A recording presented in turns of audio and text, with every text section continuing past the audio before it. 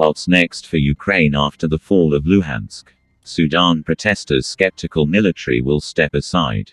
Death sentence. Massacres fuel protests. Resentment in Ethiopia. Nigeria confirms ambush by gunmen on president's security convoy.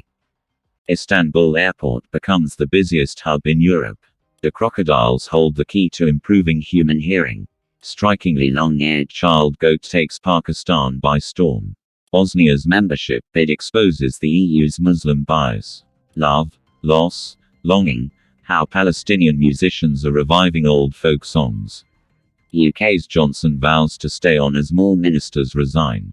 Monsoon rains leave dozens dead in Pakistan. Gun violence in America. A long list of forgotten victims. July 4 shooting suspect bought guns legally despite threats. Some Russians won't halt war protests, despite arrest fears.